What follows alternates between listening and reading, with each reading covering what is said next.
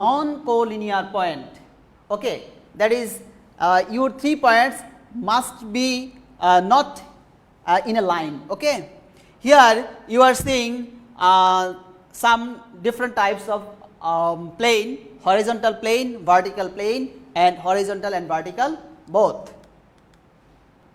Okay, now what is solids? The body enclosed by 4 plane or curved surface and occupying some space is called solid. Okay? At least 4 planes are required to enclose some space. Students, you should keep in your mind that there are 4 planes, at least 4 planes is required to make a solid. Okay? These planes are the surface of the solid and the line in which 2 such planes intersect is an edge of the solid. Okay.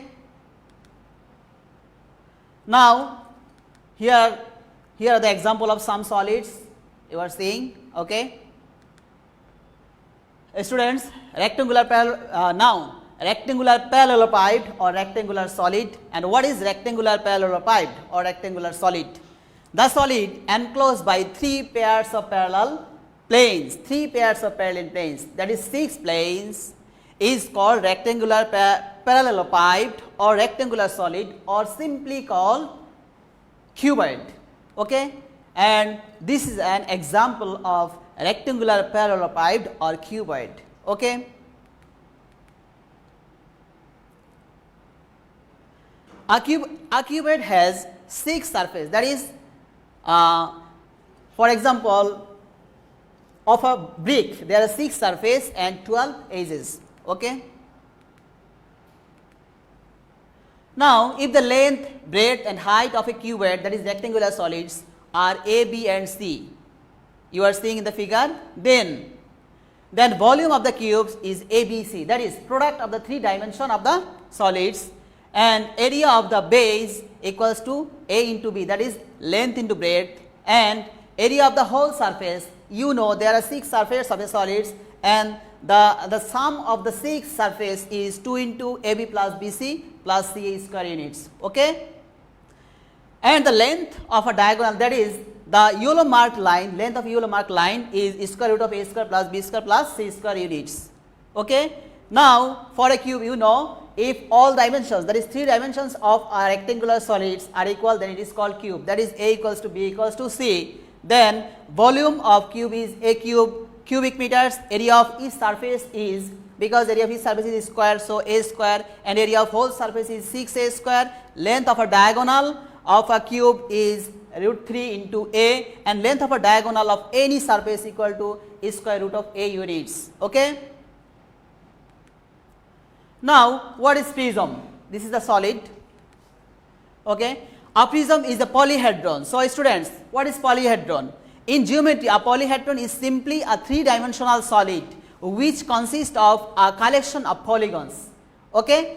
So, a prism is a polyhedron bounded by 2 parallel polygonal faces and the other faces also being parallelograms. The parallel faces are known as base and the other faces are known as lateral faces. If all the lateral faces are rectangular, it is called right prism, otherwise they are called oblique prism. Okay? The prism is named by the shape of its base. For example, triangular prism, quadrilateral prism, pentagonal prism. If the base are regular polygon, the prism is called regular prism. If the base is not regular polygon, the prism is known as the irregular prism. So, by definition, all rectangular solids and cubes are prism. Okay? Prism of different types. Here are different types of triangular prism, rectangular prism or quadrilateral prism and pentagonal prism. Okay? And this is the prism. Okay? Now, see some formulas regarding prism. There are the total area of the total surface area of a prism is 2 into area of the base plus perimeter into height. 2 into area of the base, 2 into area of the base plus perimeter, that is sum of these 5 sides into height. Okay. And volume volume is equal to area of the base and into height. Okay. Now, what is pyramid? Okay.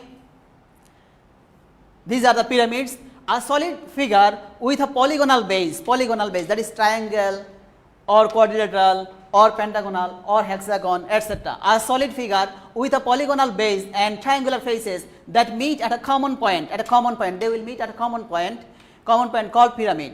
If the base is regular polygon and the lateral surface are congruent triangles, the pyramid is called regular pyramid. Usually a solid with a square base and 4 congruent triangles meeting at a point is considered as a pyramid. Okay. Now, regular tetrahedron. What is regular tetrahedron? This is also a pyramid. A solid enclosed by 4 equilateral triangles is known as regular tetrahedron. It is also a pyramid. Which is also a pyramid. This pyramid has 6 edges and 4 vertices. Okay. These are the tetrahedron, regular tetrahedron. Okay. Now, area of the whole surface of a pyramid is area of the base into half into perimeter of the base into slant height, okay. And volume of the pyramid is 1/3 into area of the base into height. Now, right circular cone. Okay, this is a figure of right circular cone.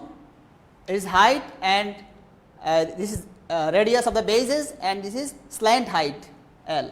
The area of the curved surface is pi r L square unit, and area of the whole surface that is area of the curved surface plus area of the base equals to pi r into L plus r square units, and volume equals to 1/3 into area of the base into height, that is 1/3 into pi r square h. Sphere. Okay, this is the figure of sphere.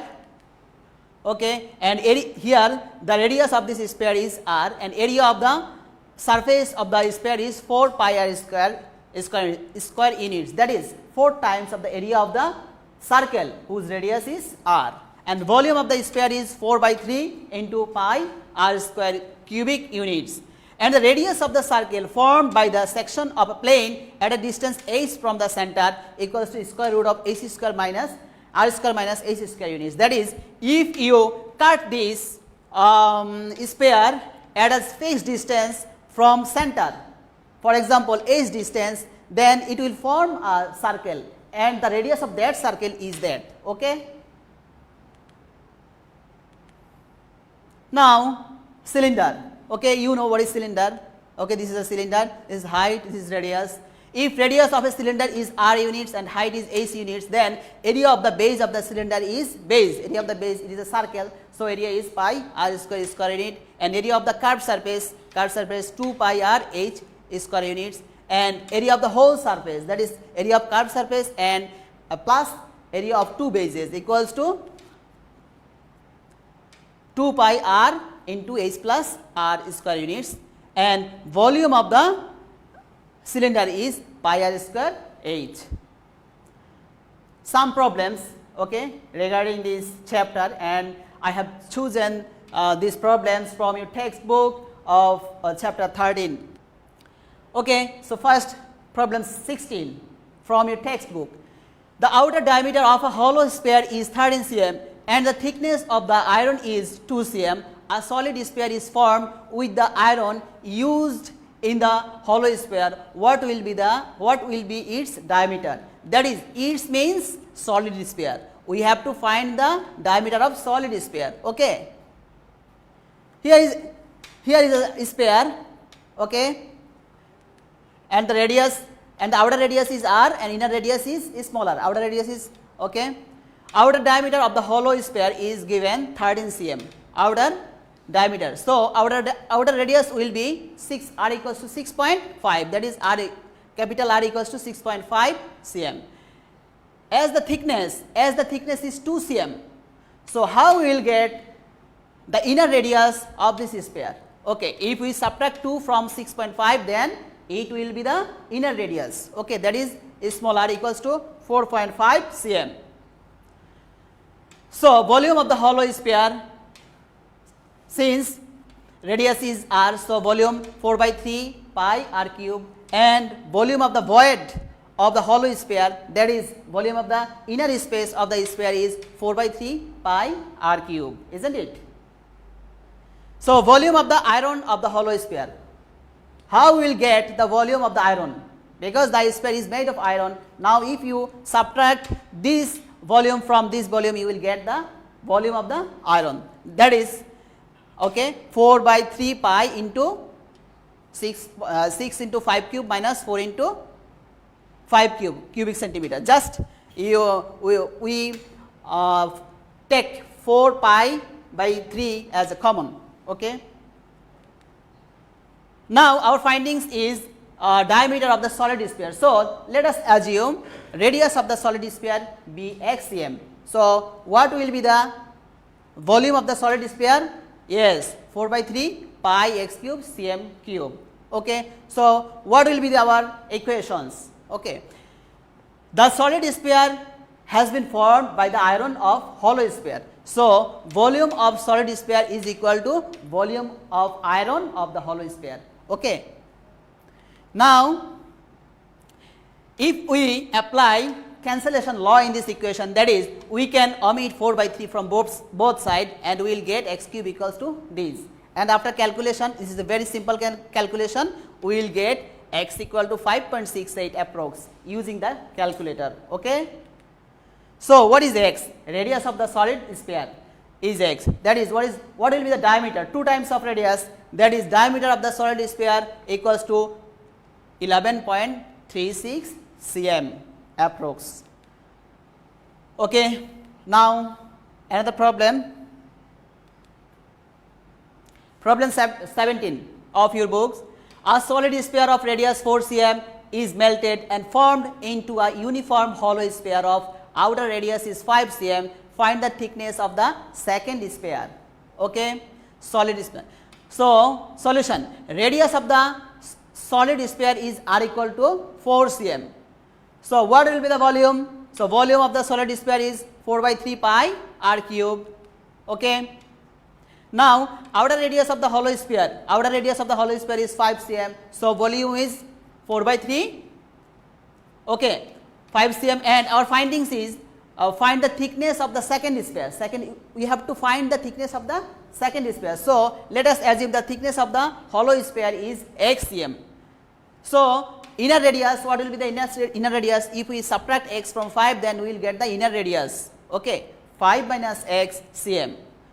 So, volume of the hollow sphere is 4 by 3 pi 5 cube, that is radius is 5 as a cm cube, and volume of the inner space of the hollow sphere will be 4 by 3 pi into 5 minus x whole cube, that is, in this case our radius is 5 minus x.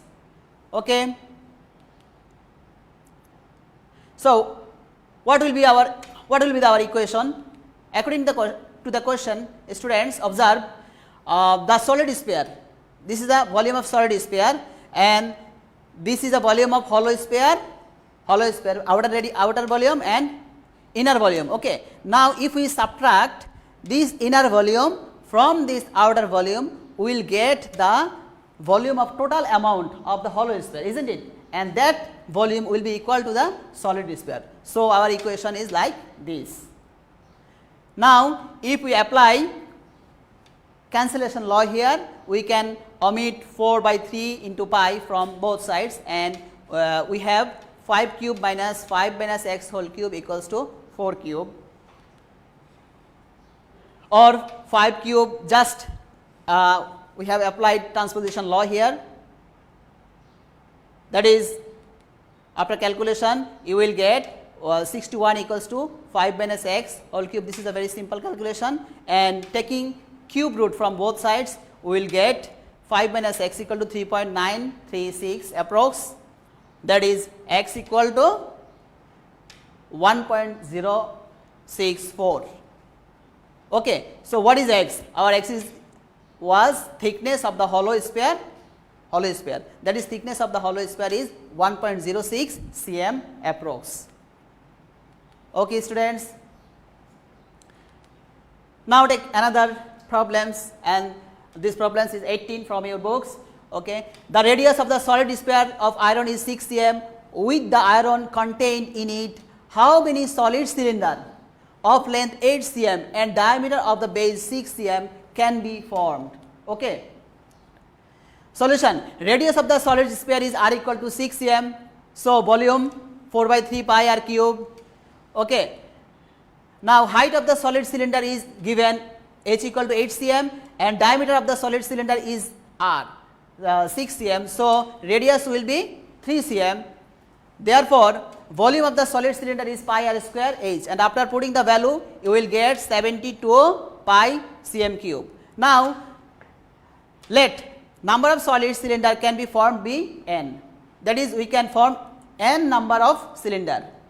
Okay. So what will be our equation? Okay. So n into volume of cylinder equals to volume of solid. Okay. After calculation we will get, this is a very simple calculation, we will get n equals to 4. So required number of solid sphere is 4.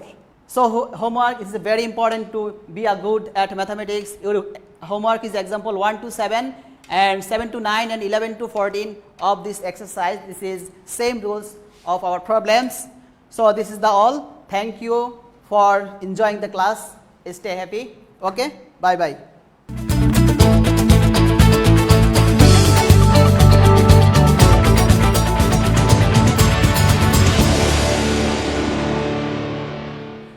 প্রিয় শিক্ষার্থী, সবাইকে শুভেচ্ছা জানিয়ে শুরু করছি। সবাই আশা করি সুস্থ এবং ভালো আছো। তো আজকে আমরা নবম দশম শ্রেণীর সাধারণ গণিতের অধ্যায় 12 এর দুই চলক বিশিষ্ট সরল সহজ সমীকরণ নিয়ে আলোচনায় যাচ্ছি। তোমরা যারা টিভি সেটের সামনে আছো, খাতা কলম বই নিয়ে বসে পড়ার জন্য অনুরোধ করছি। আশা করি আমাদের আলোচনা থেকে গুরুত্বপূর্ণ কিছু জিনিস নোট করে নিতে পারো।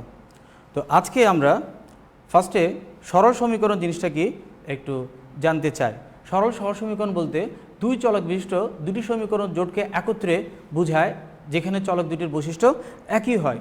তাহলে আমরা কি পেলাম, যে সরল সমীকরণ বলতে আমরা দুই চলক বিশিষ্ট দুটি সরল সমীকরণ জোটকে বোঝায় এবং চলক দুটির বৈশিষ্ট্য একই হয়। তোমরা অষ্টম শ্রেণীতে এই সরল সহজ সমীকরণের সমাধান করেছিলে, তিনটা পদ্ধতিতে করেছিলে: প্রতিস্থাপন পদ্ধতি, অপনয়ন পদ্ধতি এবং লেখচিত্রের সাহায্যে সমাধান করেছিলে।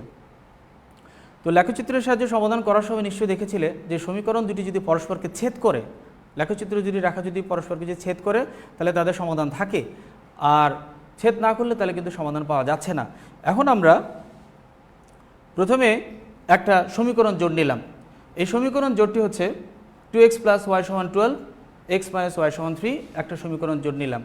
এই সমীকরণ জোট থেকে 1 নং হতে আমরা কি পাই? 1 নং হতে আমরা পাই y = 12 - 2x, অর্থাৎ y = 12 পক্ষান্তর করলে -2x। এখান থেকে আমরা x এর বিভিন্ন মান নিয়ে y এর মান বের করে একটা ছক তৈরি করতে চাই।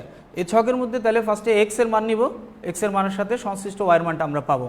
x এর মান যদি আমরা ফার্স্টে 6 নেই তাহলে কি হবে? এখানে 6 এর সাথে 2 গুণ করলে হবে 12, 12 থেকে 12 মাইনাস করলে আমরা y এর মান পাবো তাহলে 0।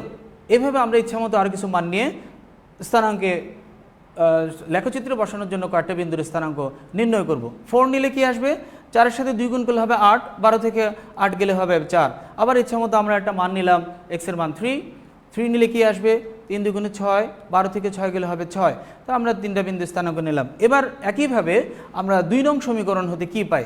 2 নং সমীকরণ থেকে যদি আমরা y কে পক্ষান্তর করে নিই তাহলে সেক্ষেত্রে আমরা পাবো x - 3। এখান থেকে আমরা x এর বিভিন্ন মানের জন্য y এরও কয়েকটি মান বের করব। তাহলে x এর মান যদি আমরা -2 নেই তাহলে -2 - 3 হয়ে গেল -5 y এর মান। এবার যদি আমরা x এর মান আবার যদি 0 নেই, 0 নিলে 0 - 3 আসবে -3।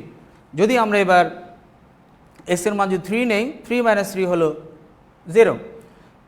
এই মানগুলিকে আমরা এবার দেখতে চাই যে লেখচিত্রে স্থাপন করলে আসলে আমরা কি পাচ্ছি, তারা কি একসাথে ছেদ করবে নাকি ছেদ করবে না? যদি ছেদ করে তাহলে সমাধান থাকবে, যদি ছেদ না করে তাহলে কিন্তু তাদের সমাধান নেই।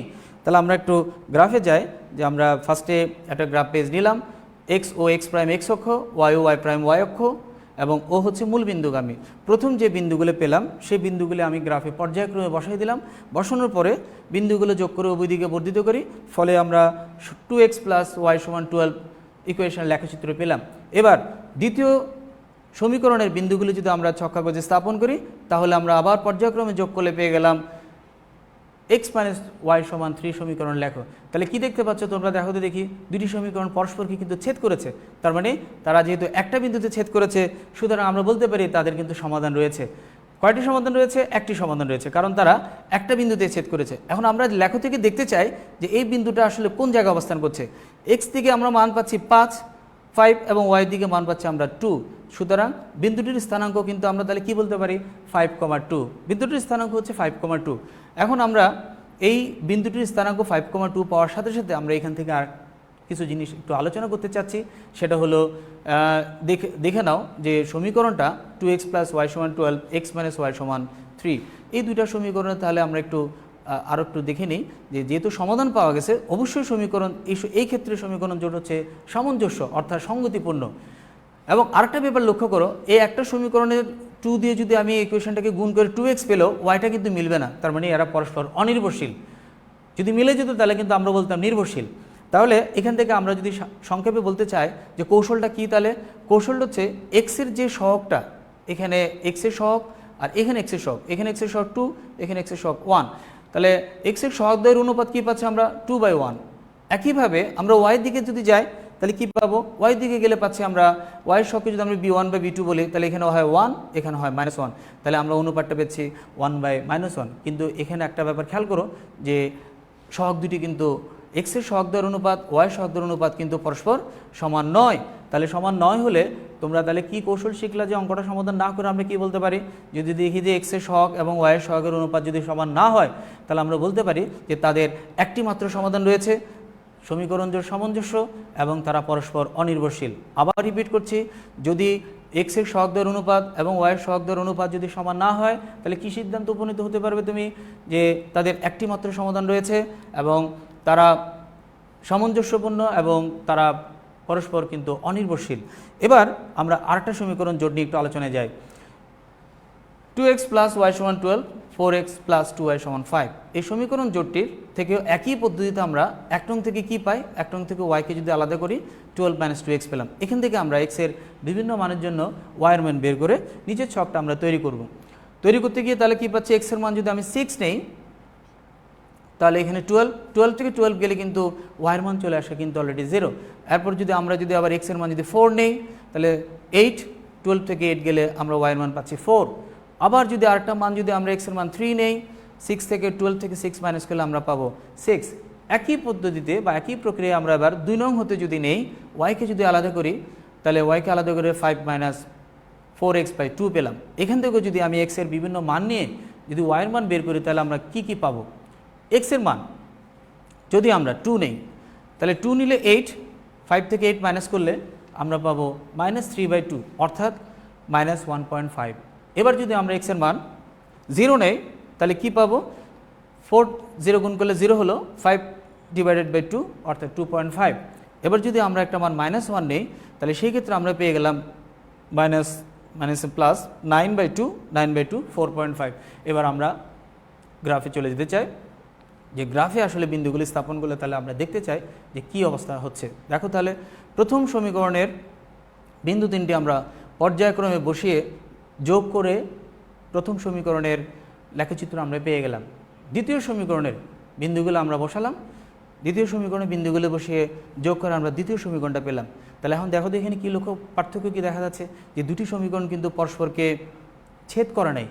যেহেতু ছেদ করে নাই, তার মানে তাদের কিন্তু কোনো সমাধান নেই। আচ্ছা, সমাধান নেই। সমাধান যদি না থাকে, তাহলে আমরা বলতে পারি এইরূপ জোটকে বলা হয় তখন কিন্তু অসামঞ্জস্য। আর অসামঞ্জস্য হচ্ছে, এবং আরেকটা ব্যাপার লক্ষ্য করো, এখানে যেমন 4x, এখানে আছে 2x, যদি আমি এখানে 2 দিয়ে গুণ করি 4x 2y হলো, কিন্তু এখানে 24 হয়ে যায় কিন্তু 5, তার মানে পুরোটা মিলে না। অর্থাৎ এই ক্ষেত্রে কিন্তু সমীকরণ দুটি অনির্ভরশীল।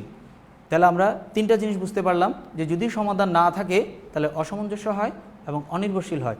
এটাকে যদি আমরা এক্সের সহগদ্বয়ের অনুপাত, ওয়াইয়ের সহগদ্বয়ের অনুপাত এবং ধ্রুবপদের অনুপাত যদি আমরা আনি তাহলে কি হচ্ছে, এক্সের সহগ 2/4 হাফ, ওয়াইয়ের 1/2 হাফ, ধ্রুবপদ 12/5। তাহলে এক্সের সহগদ্বয় আর ওয়াইয়ের সহগদ্বয়ের অনুপাত মিলল, ধ্রুবপদদ্বয়ের সাথে কিন্তু তারা মিলে নেই। যদি না মিলে তাহলে বলো তো দেখি আমরা কি সিদ্ধান্ত নিয়েছিলাম আগে, যে তাদের কোনো সমাধান নেই, তারা অসামঞ্জস্য এবং তারা পরস্পর অনির্ভরশীল।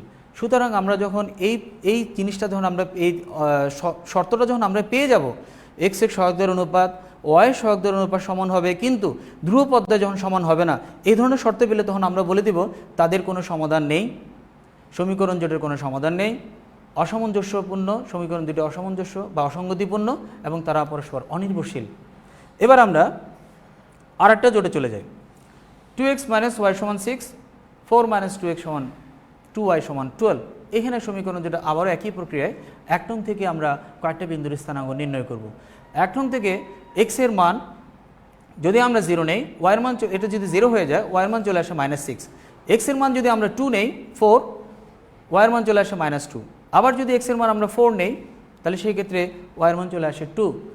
একইভাবে 2 নংয়ে যাব আমরা। 2 নং থেকে যদি y মানটাকে যদি আমরা আলাদা করি, 4x - 12 সমান পাবো 2। এখান থেকে x এর বিভিন্ন মানের জন্য y এর মান বের করে নিচের ছকটা আমরা পূর্ণ করব। x এবং y নিলাম, x এর মান যদি আমরা 1 নেই তাহলে 4, উপরে হয় -8, তাহলে 2 দ্বারা ভাগ করলে পাবো -4। আবার যদি x এর মান যদি 3 নেই, 12 - 12 0, 0কে 2 দ্বারা ভাগ করলে আমরা পেয়ে যাব 0। আরেকটা যদি মান নেই, 5 যদি নেই, 20 থেকে যদি 12 মাইনাস করা হয় পাবো 8, 2 দ্বারা ভাগ করলে আমরা পেয়ে যাব 4। এবার আমরা এই প্রাপ্ত বিন্দুগুলো আমরা আবার গ্রাফ পেপারে বসিয়ে দেখি যে তাদের রেজাল্টটা কেমন হয়। এক্স ও এক্স প্রাইম এক্স অক্ষ, ওয়াই ও ওয়াই প্রাইম ওয়াই অক্ষ এবং ও মূল বিন্দু নিলাম, নিয়ে আমরা প্রথম সমীকরণের বিন্দুগুলো যোগ করে উভয় দিকে বর্ধিত করলাম, ফলে 2x - y = 6 সমীকরণের লেখচিত্র পেলাম। এবার দ্বিতীয় বিন্দুটা আবার দ্বিতীয় সমীকরণের বিন্দুগুলি স্থাপন করলাম, একইভাবে দ্বিতীয় বিন্দুগুলো যোগ করে বর্ধিত করলাম। তাহলে দেখো তো কী রেজাল্ট হচ্ছে, যে প্রথম সমীকরণটা দ্বিতীয় সমীকরণের সাথে কিন্তু পুরোপুরিভাবে মিলে গেল। যদি মিলে যায় তাহলে এখানে আমরা কি পাচ্ছি, যে সমীকরণ দুটো যখন একটার সাথে একটা মিলে গেল, তার মানে তাদের অসংখ্য সমাধান আমরা দেখতে পাচ্ছি। যেহেতু তারা একাধিক বিন্দুতে ছেদ করে ফেলেছে, তাদের অসংখ্য সমাধান রয়েছে। এই ক্ষেত্রে তাহলে আমরা কি বলতে পারি, যে যেহেতু সমাধান রয়েছে, অসংখ্য সমাধান রয়েছে, তাহলে তারা এরূপ সমীকরণ জোট সঙ্গতিপূর্ণ, সামঞ্জস্য। এবং আরেকটা ব্যাপার খেয়াল করো, যে এখানে যদি আমরা 2 দিয়ে গুণ করি 4x - 2y = 12, অর্থাৎ প্রথম সমীকরণ এই সমীকরণের সাথে পুরোপুরি মিলে যায়। তার মানে যেহেতু মিলে যাচ্ছে, একটা সমীকরণ আরেকটা সমীকরণের সাথে কিন্তু নির্ভরশীল হয়ে গেল। তাহলে আমরা তিনটা সিদ্ধান্ত কি নিতে পারি, যে যদি এখানে তাদের অসংখ্য সমাধান রয়েছে, তারা সামঞ্জস্যপূর্ণ এবং তারা পরস্পর নির্ভরশীল। এখান থেকে যদি আমরা এটাকে যদি আমরা সহগদ্বয়ের অনুপাত, এক্সের সহগদ্বয়ের অনুপাত, ওয়াইয়ের সহগদ্বয়ের অনুপাত এবং ধ্রুবপদের অনুপাত যদি সমান নেই, তাহলে কি পাই দেখি, যে এক্সের সহগদ্বয়ের অনুপাত হচ্ছে 2/4 হাফ, ওয়াইয়ের সহগদ্বয়ের অনুপাত -1/-2, মাইনাস মাইনাস কাটে গিয়ে আমরা হাফ পেলাম। আবার 6/12 এখানেও পেলাম আমরা হাফ। অর্থাৎ এক্সের সহগদ্বয়ের অনুপাত, ওয়াইয়ের সহগদ্বয়ের অনুপাত এবং ধ্রুবপদের অনুপাত পরস্পর কিন্তু সমান হয়ে গেল। যেহেতু সমান হয়ে গেল, তাহলে তোমরা যখন সমানটা দেখতে পাবে তখনই সিদ্ধান্ত নিতে পারবে যে এই তিনটা যদি সমান হয়ে যায়, এক্সের সহগদ্বয়ের অনুপাত, ওয়াইয়ের সহগদ্বয়ের অনুপাত এবং ধ্রুবপদের অনুপাত যদি সমান হয়, তাহলে তোমরা সিদ্ধান্ত নিতে পারবে যে এখানে সমীকরণ জোটের অসংখ্য সমাধান রয়েছে এবং তারা সামঞ্জস্য এবং তাদের পরস্পর নির্ভরশীল। এবার আমরা যে তিনটা প্রেক্ষাপট পেলাম, এটাকে যদি আমরা সমীকরণ জোটের শর্ত উল্লেখ করে আমরা যদি একটা চার্ট আকারে দেখতে চাই, তাহলে চার্টটা আমরা কী পেলাম একটু দেখে নাও। প্রথমে আমরা সমীকরণ জোটে 1 নংয়ে কী পেয়েছিলাম, সহগের তুলনা করে তারা পরস্পর সমান হয়নি। যদি সমান না হয় তাহলে কি পেয়েছিলাম, তাদের একটি মাত্র সমাধান আছে। আর সমাধান যেহেতু আছে তারা সামঞ্জস্য, এবং সামঞ্জস্য হওয়ার সাথে সাথে কিন্তু আমরা আরও পেয়ে গেলাম যে তারা পরস্পর কিন্তু অনির্ভরশীল ছিল। তৃতীয় সমীকরণ জোটের ক্ষেত্রে আমরা কি পাচ্ছি, যদি তিনটাই সমান হয়ে যায় তাহলে কিন্তু তাদের অসংখ্য সমাধান আমরা দেখতে পেয়েছি, এবং সমাধান যেহেতু আছে তাহলে সামঞ্জস্য, এবং তারা পরস্পর কিন্তু নির্ভরশীল ছিল, কারণ একটা ইকুয়েশনকে গুণ করে আরেকটা ইকুয়েশন পুরোপুরি পাওয়া যাচ্ছিল। আর পরবর্তীর ক্ষেত্রে ধ্রুবপদ্বয়ের কিন্তু অনুপাত সমান হয়নি, সেক্ষেত্রে সমাধান নেই এবং অসামঞ্জস্য ছিল যেহেতু সমাধান নেই, এবং পরস্পর কিন্তু অনির্ভরশীল ছিল। এবার চলো আমরা এই চার্টের আলোকে আমরা যদি অঙ্কে যাই তাহলে তোমরা সহজে উত্তর দিতে পারো কিনা। আমরা প্রথমে একটা সমীকরণ জোট নিলাম। সমীকরণ জোট নিয়ে পাশে আমরা সরল সমীকরণ দুটাকে একসাথে জোড় আকারে পাশে তুলনার মাধ্যমে সহজে বুঝতে পারার জন্য তোমাদের আমরা একটা পাশে সমীকরণ জোট দিলাম।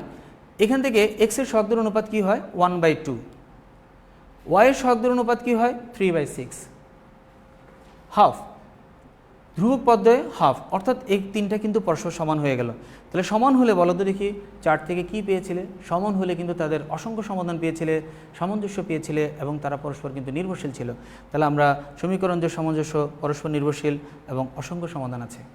দ্বিতীয় আরেকটা অঙ্কে যাই আমরা। দ্বিতীয় অঙ্কে দেখো প্রদত্ত সমীকরণ জোট 2x - 5y = 3, x + 3y = 1। এখানেও আমরা পাশের সমীকরণ জোটটা দেখিয়ে দিয়েছি। এক্সের সহগদের অনুপাত কি হচ্ছে 2/1, ওয়াইয়ের সহগদের অনুপাত -5/3। ধ্রুবপদের যেহেতু এরা সমান হয়নি, ধ্রুবপদ আমাদের প্রয়োজন নেই। এক্সের সহগদ্বয় আর ওয়াইয়ের সহগদের অনুপাত যদি সমান না হয় তখন কিন্তু ধ্রুবপদে আর যাব না। এরা যদি সমান না হয় তাহলে আমরা পেয়েছিলাম তাদের একটি মাত্র সমাধান, তারা সামঞ্জস্য ছিল এবং তারা পরস্পর অনির্ভরশীল ছিল। তাহলে সমীকরণ জোটের সামঞ্জস্য এবং পরস্পর অনির্ভরশীল এবং তাদের কিন্তু একটি মাত্র সমাধান রয়েছে। এবার আরেকটা অঙ্কে আমরা যাচ্ছি, আরেকটা সমীকরণ জোট নিলাম। সমীকরণ জোট নিয়ে 3x - 5y = 7, 6x - 10y = 15। পাশে আমরা সমীকরণ জোটটা দিয়ে দিলাম। এক্সের সাথে যে সহগ a1 a2, ওয়াইয়েরটা b1 b2, ধ্রুব c1 c2। তাহলে আমরা যদি বলি এক্সের সহগদের অনুপাত 3/6, ওয়াইয়ের সহগদের অনুপাত -5/-10, অর্থাৎ এখানেও হাফ হলো। আবার 7/15, তার মানে প্রথম দুটা যদি হাফ, এটাও হাফ, যদি সমান হয়, এটা কিন্তু সমান হচ্ছে না। তাহলে সমান যদি না হয় তাহলে এই ক্ষেত্রে আমরা পেয়েছিলাম অসামঞ্জস্য, পরস্পর অনির্ভরশীল, সমীকরণ জোটের কিন্তু কোনো সমাধান নেই। এবার